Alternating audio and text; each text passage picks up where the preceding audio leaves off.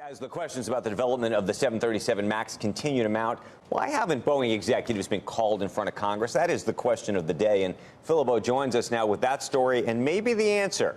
Phil.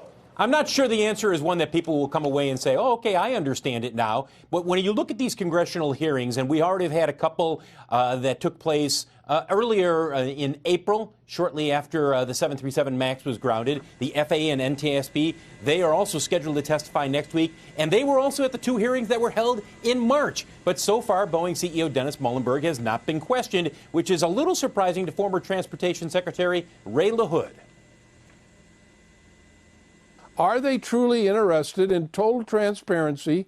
Do they want to hear from the top people? And I think there's a little bit of doubt for the moment here why the CEO has not testified and why hearings haven't been held. It is a little bit surprising that we haven't heard from Dennis Muilenburg or Boeing executives when you look at the history of other companies facing a crisis.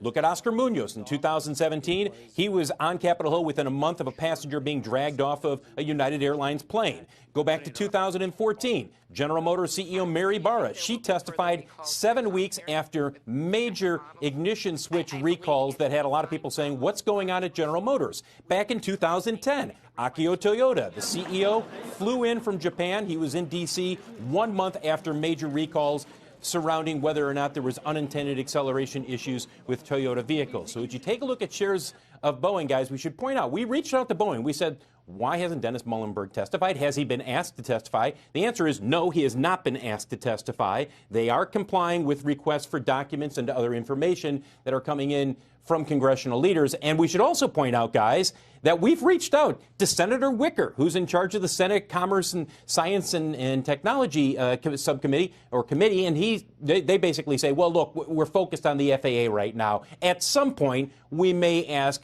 Boeing executives to testify, and that's their intent, but there's no indication that's going to happen anytime soon. Hey, Phil, how much of that is just because this is so complicated of an investigation? We don't know what this is, and going back. And look, you compare it to Munoz. Okay, that was one situation of one passenger getting taken off a plane. Within a month, I would hope you know what's happening there.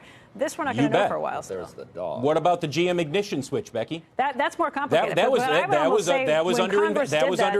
Toyota and Mary Barra, like in both of those situations, like I actually felt for Mary Barra because she was new in the job, just trying to figure this out. And my thought was that was just Congress grandstanding, and they're going to call them up there and make them come before, but we're not going to get answers.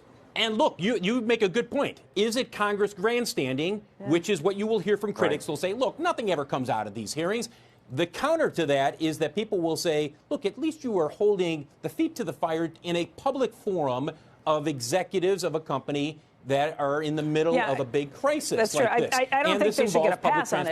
I don't think they should get a pass on it. I think that should and will eventually come. But let's bring in Jeff Sonnenfeld. Okay, let's go back to real quick. Let's go back to Dennis, not Dennis Muilenburg, Jim McNerney with the Dreamliner battery issue. They said, okay, we'll testify. We'll testify.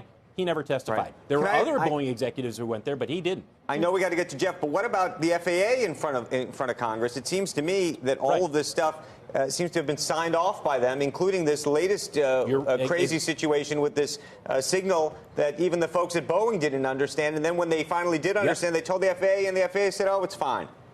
Well, the acting administrator, Dan Elwell, who testified back in March, he's going to be there next Wednesday. And we'll be watching these hearings and see what these questions are being asked. But one quick thing, Andrew, that is an issue that is not just an FAA issue. It's also a Boeing issue, because remember, there's self-certification going on here. So the question is, why don't you have them there together? Somebody at least from Boeing, so that you can say, okay, well, why are you doing it this way? Boeing, why is that going on?